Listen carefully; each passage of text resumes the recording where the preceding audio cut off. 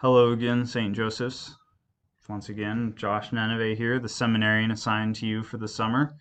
And last week, we talked a little bit about the prophetic identity and nature, how the prophets are trying to communicate to the Israelites about this experience of God that they've had. And this week, in this series of videos, I want to talk about the prophetic communication, how they communicate that experience of God.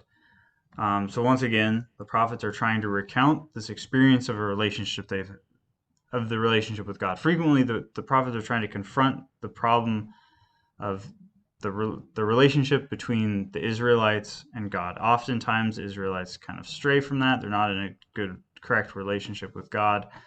And the prophets, on the other hand, have this experience of a relationship with God, and they know how rewarding it can be and how good it is to be in a relationship with God. And they're trying to bring the Israelites into that relationship for the Israelites' own good.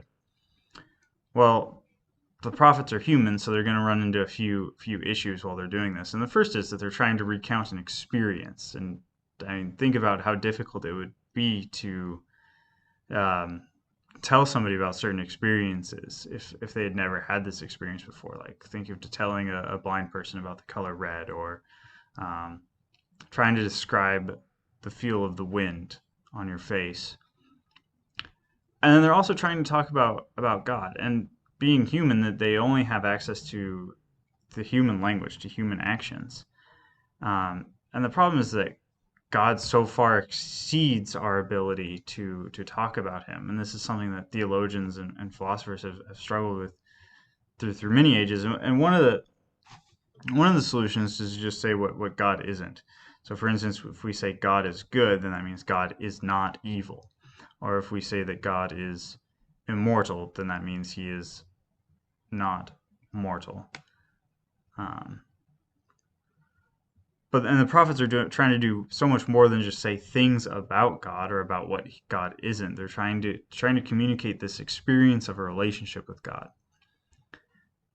And obviously, they succeed because when they're communicating, it's not just the prophet; it's God as well. The language they're using is a mixture of human actions and divine content. And this is something that plays out in all the books of the Bible. That it's not just the human writers writing down nice things. It's that God is inspiring them and working through them to produce the biblical texts, or the words that would eventually get written down.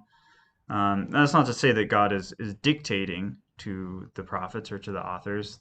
There's real human action being done, but it's the prophets who have to choose the right words. And then also, when the words that they do choose, these don't constrain God. For instance, when we say that God is a father, that doesn't limit God to our idea of what fatherhood is based off of our own experiences of fathers, but that this elevates, this goes beyond our notions of fatherhood, and it elevates it to be a proper analogy for a good way to understand God.